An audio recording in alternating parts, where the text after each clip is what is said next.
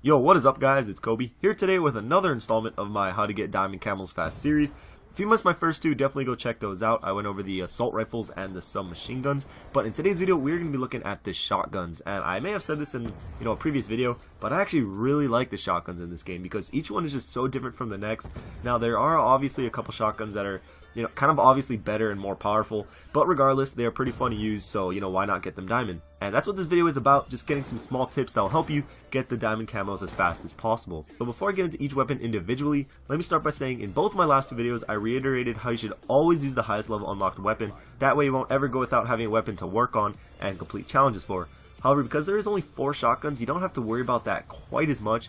But if you do have a permanent unlock, available, and you really want the diamond shotguns, using the token on the M1216 wouldn't be a bad idea, considering it is unlocked all the way at level 52. So that's just something to keep in mind. Anyway, starting with the R870, I can honestly say you will not have a problem with this weapon. I'm sure most of you, if not all of you, have already used this weapon and know how powerful it is. Each shot has a damage potential of 400 points, which is absolutely insane. At close ranges, only 2 out of the 8 pellets need to hit for you to get the one-shot kill, which if you don't know already is really important because with both the shotties and the snipers, the first several challenges are getting one-shot kills, not headshots. So the more one-shot kills you get, the faster you can complete those first challenges. With almost all the shotguns, I suggest using the long barrel and laser sight as the attachments, especially for those one-shot kills. With the long barrel, your max damage range increases, and the laser sight will help you a lot in those close quarter battles, which is where you'll find yourself most of the time. Moving on to the S12, which is the semi-automatic shotgun. This one is definitely not my favorite by any means, but it's not my least favorite either.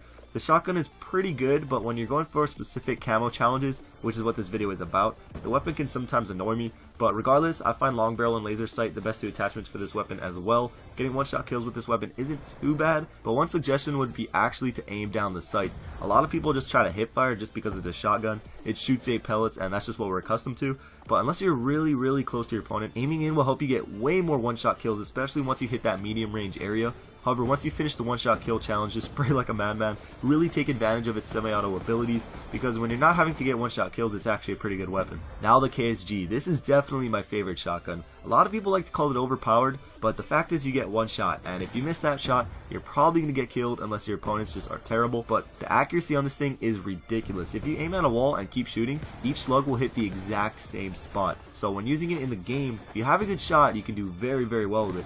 Now for attachments, this is the one shotgun that I like to use. 3, the long barrel and laser sight of course, and the red dot. Now the red dot is completely personal preference. If you like the iron sights, use them. You get 2 extra points to put towards something else, but me personally, I don't like them, so I use the red dot. With long barrel on this thing, your one-shot kill range is incredible. It feels like a medium range encounters are one-shot kills as well, and that helps you a ton. Not being limited to close range fights like a normal shotgun, you're a lot freer to move around the map, wherever you please. As for laser sight on this thing, I shot at a wall and the slug goes directly down the center of your crosshairs, which is also crazy, but there are 2 things that you should not do while using this gun.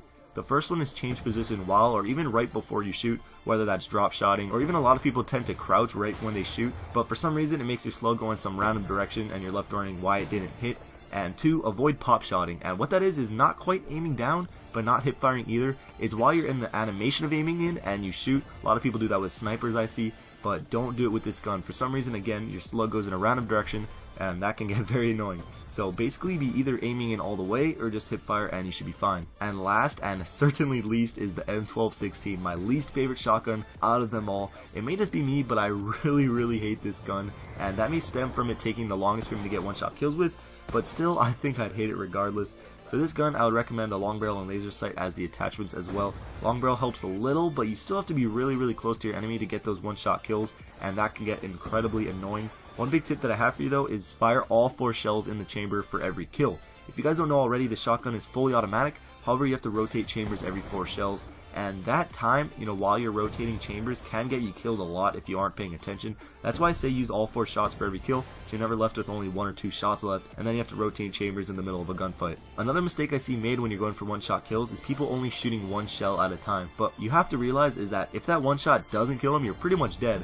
Might as well use all 4 shots, so even if the first shot doesn't kill him, the other 3 will too, and you may get the kill. You won't get the one shot, but it is better than dying. Other than that, to get one shots, you really have to rush and catch people off guard and sneak up behind them, or you have to camp doorways, which may sound really lame, but you have to get 250 one-shot kills with this thing, and by the end of it, you'll probably do whatever it takes. So that's all the tips I have for you guys, so go out there and go get those diamond shotguns. Why not? If you're getting bored of the game, it will give you something to do, and they look pretty cool, so I don't see why you shouldn't. So I hope you guys enjoyed the video. If you did and want to support it, support the channel. All ratings are appreciated. If you have the diamond camels or even close to them, let me know down below, as well as any other tips you might want to share with anyone else. Not too many people had the assault rifles or SMGs in those last 2 videos, so you'd definitely be in a small percentage if you do have them. But regardless, thank you for watching the video. Last 2 videos on screen if you missed them, and I'll catch you guys later. Peace.